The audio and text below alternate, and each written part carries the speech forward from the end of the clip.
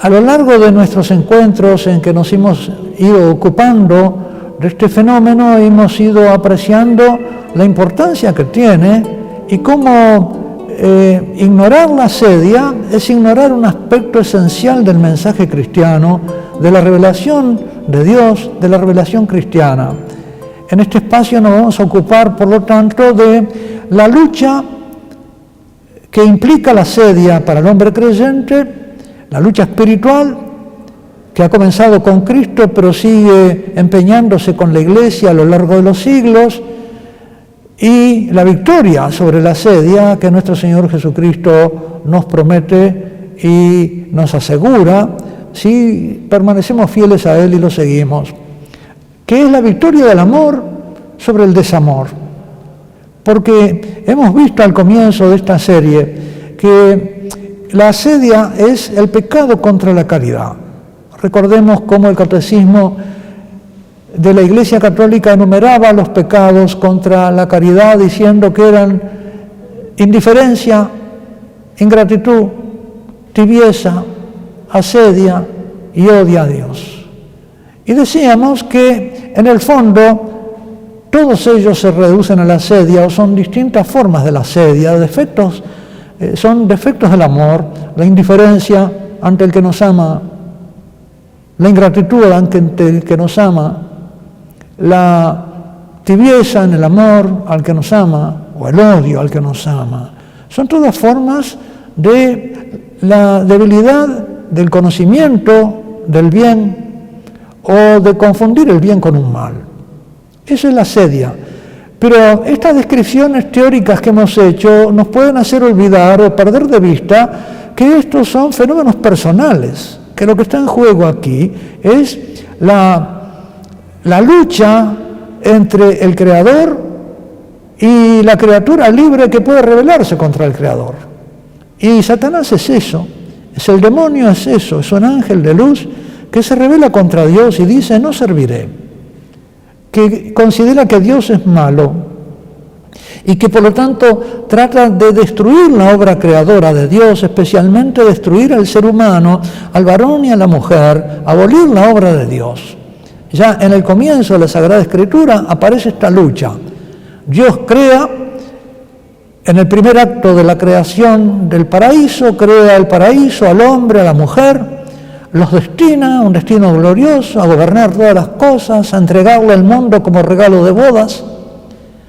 Y en el segundo acto aparece inmediatamente la serpiente oponiéndose a este plan de Dios y tratando de destruirlo, tratar de abolir el plan, pero no solo el plan, de abolir al varón como varón y a la mujer como mujer.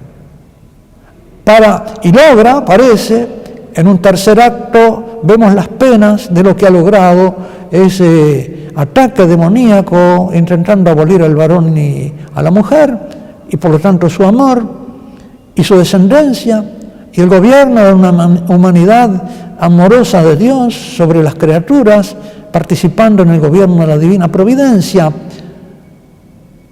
Esa lucha está entablada, en esa lucha llegamos hasta nuestros tiempos, pero ha habido un acto nuevo que es el de la encarnación del Verbo, en que el Verbo ha venido para remediar y para desarticular ese esfuerzo de abolición de las fuerzas demoníacas.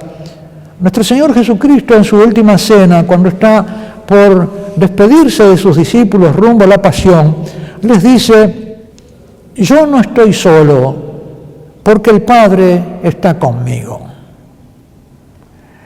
Estas cosas las he hablado con ustedes para que tengáis paz.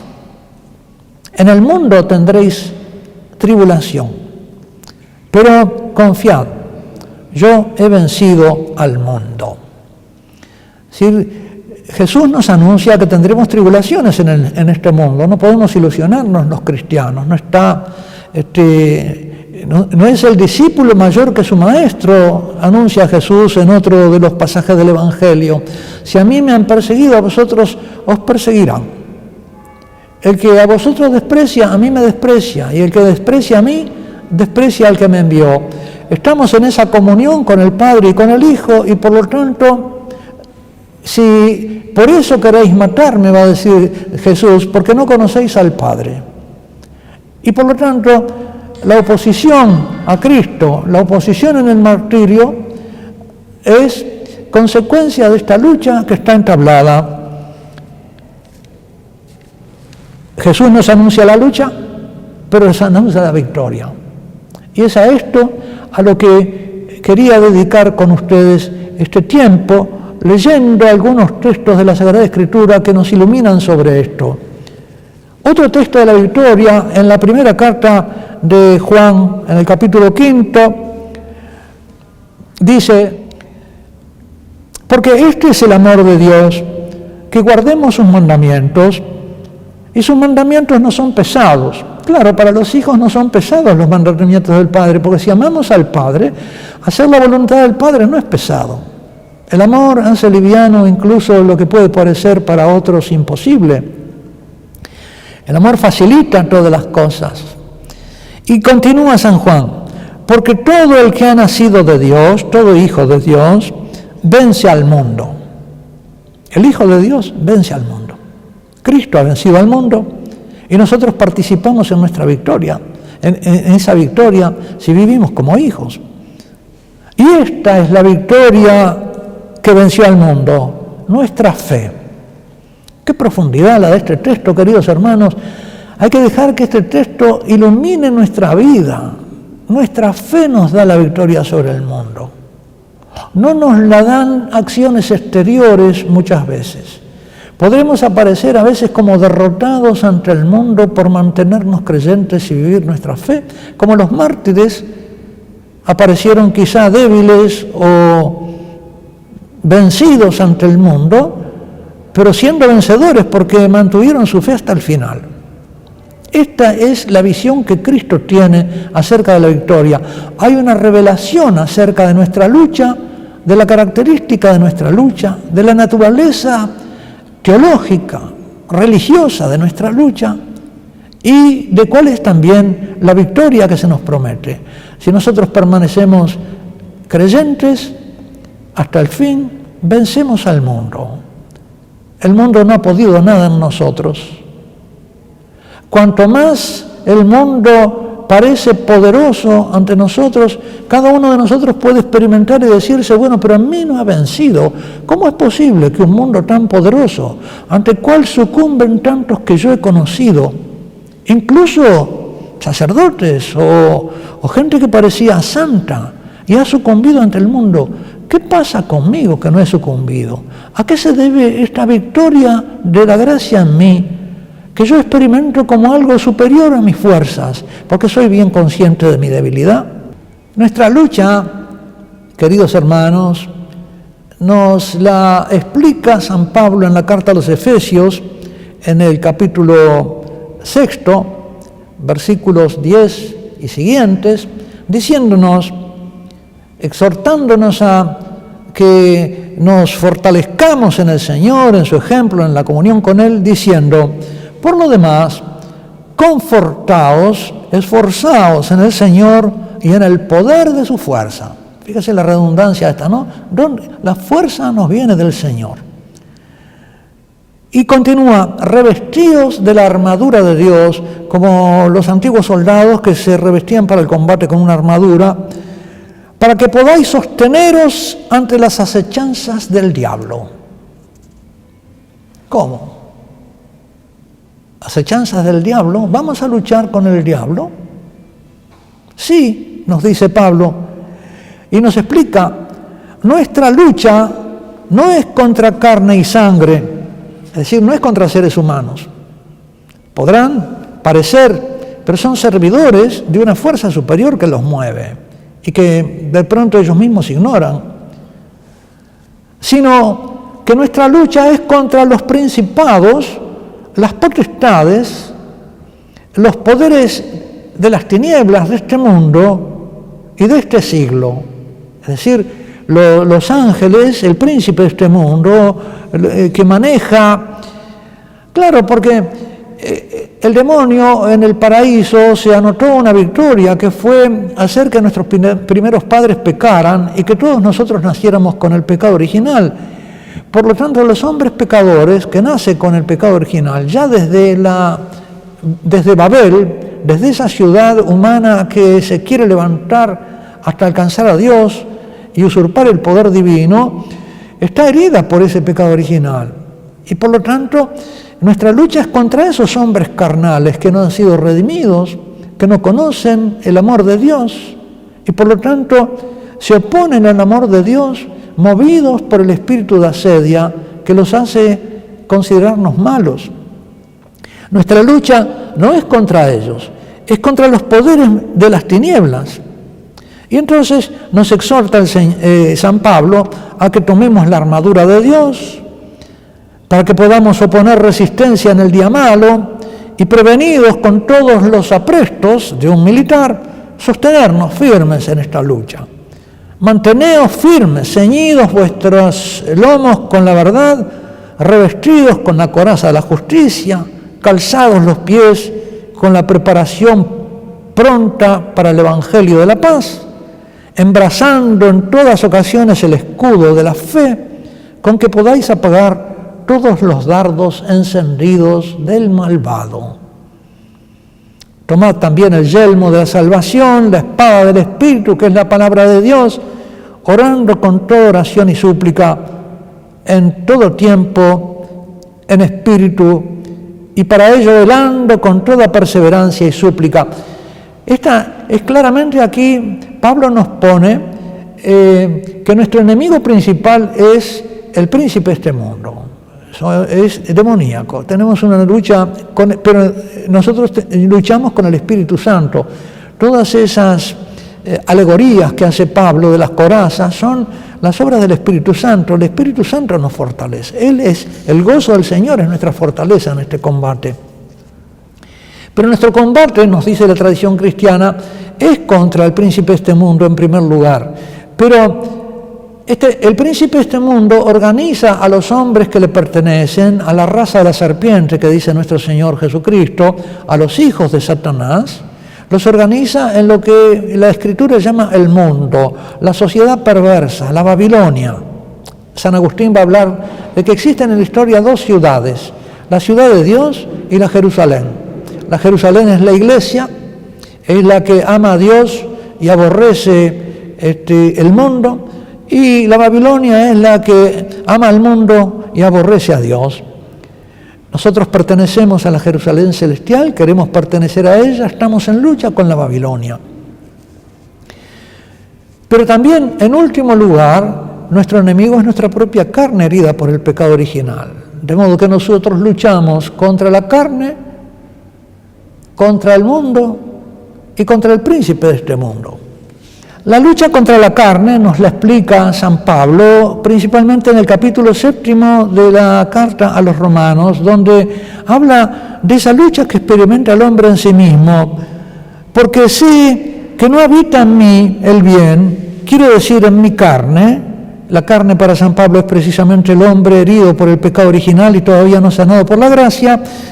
No habita en mi carne cosa buena, porque el querer el bien lo tengo a mano, pero el poner por obra lo bueno, no. Sé lo que, conozco los valores, pero me falta la virtud para ponerla en práctica. Porque no es el bien que quiero lo que hago, antes el mal que no quiero es lo que obro. Quiero hacer el bien y obro el mal. Y sé que obro el mal y no me puedo corregir. Los adictos, si podrán comprender esta ley que tienen en su corazón, quisieran dejar la adicción y no logran salir de ella porque se le ha convertido como en una cárcel.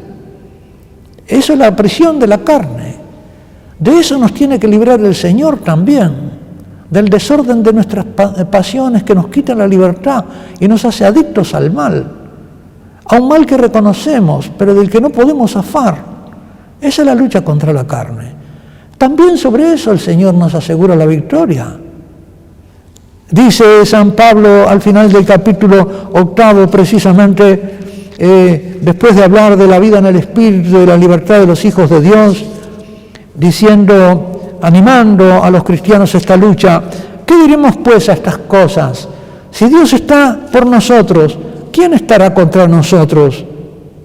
aquel que a su propio Hijo no lo perdonó, sino que por nosotros lo entregó, ¿cómo no juntamente con Él nos dará la gracia en todas las cosas? Un mensaje hermoso para los que están sufriendo la adicción. No deben bajar los brazos, deben acercarse al Cristo victorioso para que los haga participar en su victoria. ¿Quién presentará acusación contra los elegidos de Dios? Dios es quien justifica. ¿Quién será el que condene? Cristo Jesús, el que murió, o más bien el que resucitó, es quien asimismo está a la diestra de Dios e intercede por nosotros. ¿Quién nos apartará de este amor de Cristo? El espíritu de la asedia, que es lo que nos quiere apartar de Cristo, la tribulación de las persecuciones, la angustia, el hambre, desnudez, el peligro, la espada, las carencias humanas. Según está escrito, por tu causa somos matados todo el día. En todas estas cosas, dice Pablo, y esta es la frase que culmina todo esto, soberanamente vencemos por obra de aquel que nos amó. Aquí está de nuevo la victoria, después de hacer la enumeración de las cosas que pueden erosionar nuestro amor a Dios y frenarnos en el camino, corriendo hacia el amor de Dios, que nos alcanzó primero. En todas estas cosas el cristiano supervence. Dice, en griego usa una expresión muy fuerte, hipernicomen, supervencemos por aquel que nos amó. Acá tenemos entonces la victoria sobre la carne, la victoria sobre el mundo, la victoria sobre Satanás. Otro texto que quiero comentar con ustedes es el texto de la carta a los Gálatas, capítulo 5, que nos explica muy bien la causa de la asedia y el modo o la naturaleza de esta lucha que se entabla en nosotros, que tenemos entablada también a nivel de nuestra carne, pero que podemos ver después entablada en el mundo y teledirigida por el príncipe de este mundo. En el capítulo 5 de la carta a los Gálatas nos dice San Pablo: vosotros fuisteis llamados a la libertad, hermanos, solo que no toméis esa libertad, la libertad de ser hijos para hacer la voluntad del Padre, como pretexto para soltar las riendas a la carne, es decir, a las pasiones, sino que por la caridad, por el amor al Padre, hacerlos servidores los unos de los otros, servirnos como hermanos en el camino al Padre. Porque la ley entera condensa su plenitud en una sola palabra, en aquella que dice: amarás a tu prójimo como a ti mismo. Pero si los unos a los otros os mordéis y devoráis, mirad, no os aniquiléis los unos a los otros. Este es el escándalo de la división entre los cristianos, que se debe a una debilidad en su espíritu filial. ¿Por qué no nos sentimos y vivimos como hermanos? Porque no vivimos con intensidad nuestro ser hijos. Y muchas veces nos esforzamos en remediar las divisiones tratando de cultivar la fraternidad, y eso es inútil. Tenemos que tratar de fomentar y cultivar nuestra filialidad. Unirnos al Padre como hijos nos une, como por redundancia, con los demás como hermanos. Si no estamos unidos todos al Padre, no podemos estar unidos entre sí. La debilidad en la unidad de los cristianos se debe a esa debilidad de su unión amorosa con Dios Padre, que es por la asedia, por la tibieza del amor al Padre. Somos tibios en nuestro amor fraterno. Si los unos a los otros os mordéis, os aniquilaréis. Digo pues, caminad en espíritu y no daréis satisfacción a las concupiscencias de la carne. Acá están los dos polos que hay en nosotros, a los que se refería San Pablo cuando hablaba de esa lucha de que hago el mal que no quiero y no hago el bien que quiero. Y continúa: porque la carne tiene deseos contrarios al espíritu y el espíritu deseos contrarios a la carne.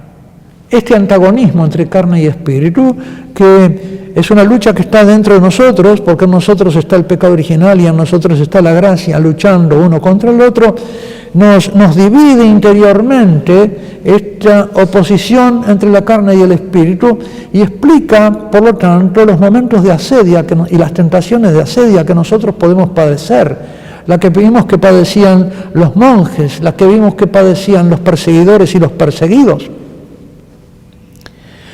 Hay apetitos contrarios de la carne y del espíritu. El espíritu ama a Dios y quiere el amor de Dios. Y ese amor de Dios muchas veces implica el sacrificio de los apetitos de la carne, implica sufrimiento. El amor sacrifica. El amor sacrifica. Esta oposición de los deseos de la carne opuestos a los deseos del espíritu y los deseos del espíritu opuestos a los deseos de la carne son los que explican la posibilidad de que el demonio intervenga en nosotros, oponiendo precisamente nuestros buenos deseos espirituales, oponiéndoles la rebeldía de nuestra carne, la rebelión de la carne, como vimos que sucedía en la asedia en los monasterios. Veamos un poco, para terminar este espacio, lo que nos dice Pablo acerca de las obras de la carne y los frutos del Espíritu. Fíjese que va a oponer obras de carne, porque son obras nuestras, y frutos del Espíritu, porque son lo que la gracia produce en nosotros como un fruto espiritual. Fructifica en nosotros la vida divina. No son obras nuestras, son obras que recibimos, son nuestras, pero las recibimos del Padre. Dice Pablo: si os dejáis llevar por el Espíritu, no estáis bajo la presión de la ley.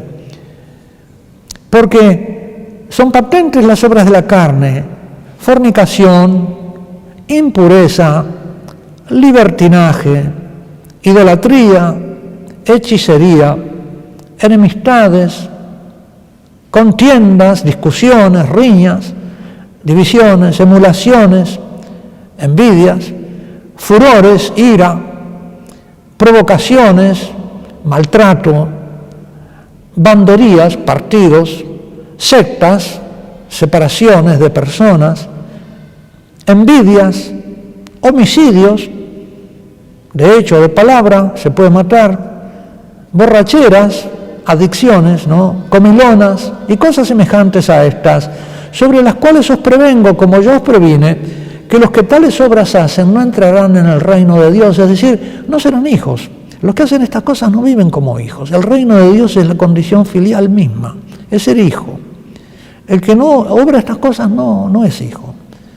Pero los frutos del Espíritu son caridad, gozo, paz, longanimidad, paciencia, benignidad, bondad, fe, mansedumbre, continencia. Frente a tales cosas no tiene objeto la ley. Y en todas estas cosas vencemos por aquel que nos amó. Hasta el próximo espacio en que nos despediremos de esta serie dedicada al demonio de la serie.